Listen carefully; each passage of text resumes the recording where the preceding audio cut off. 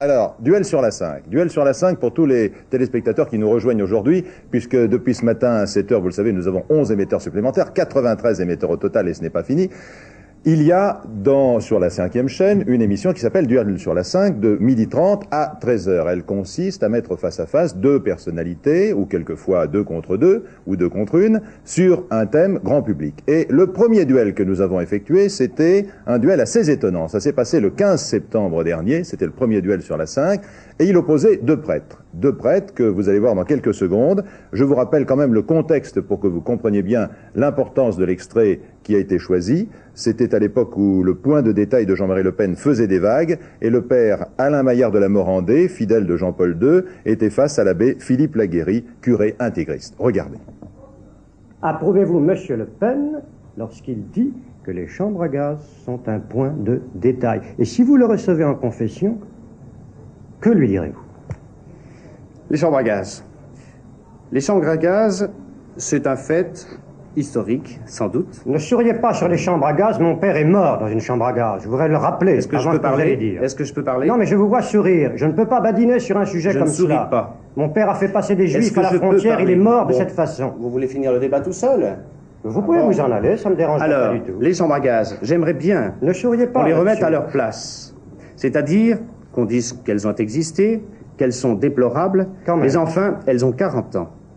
Il y a en ce moment des millions, des milliers et des dizaines de milliers de personnes qui sont encore dans les camps de concentration. Il faudrait peut-être s'occuper de celles-là, monsieur. La croix de Jésus-Christ, elle a 2000 ans. Vous croyez pas? Et la croix Au lieu de se battre sur des choses qui n'ont plus de danger, c'est facile d'agiter ça en vue des élections. Ils ont un danger. Cela fait 40 ans que tout cela est fini. C'est déplorable. Vous êtes un complice objectif. Mais j'aimerais bien vous entendre, moi, devant vos paroissiens, peut-être, leur dire qu'il y a encore des gens au goulag qui sont en train de se faire étrangler, massacrer, qui meurent de faim et de famine. On ne vous a pas attendu. Voilà le danger.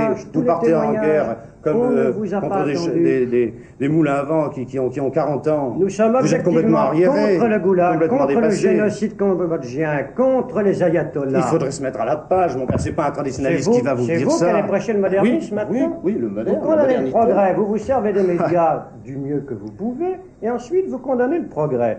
Voilà, c'était donc le 15 septembre dernier, premier duel sur la 5, et je crois que tous ceux qui l'ont vu s'en souviendront toute leur vie. Un duel étonnant, vous en avez vu un large extrait. Et j'ai besoin de votre sentiment à propos des duels. Si vous disposez d'un Minitel, vous pouvez tout de suite composer le 3615 code la 5. Nous vous posons un certain nombre de questions à propos de ces duels. Nous avons besoin de votre sentiment sur la façon dont ils sont menés, sur les thèmes que nous abordons. Donc, si vous avez un Minitel, vous vous en servez tout de suite. Sinon, vous nous écrivez, si vous n'avez pas de Minitel, la 5, 241 boulevard Pereire, 75 017 Paris. Alors, autre extrait d'un duel. C'était un duel sur la chasse.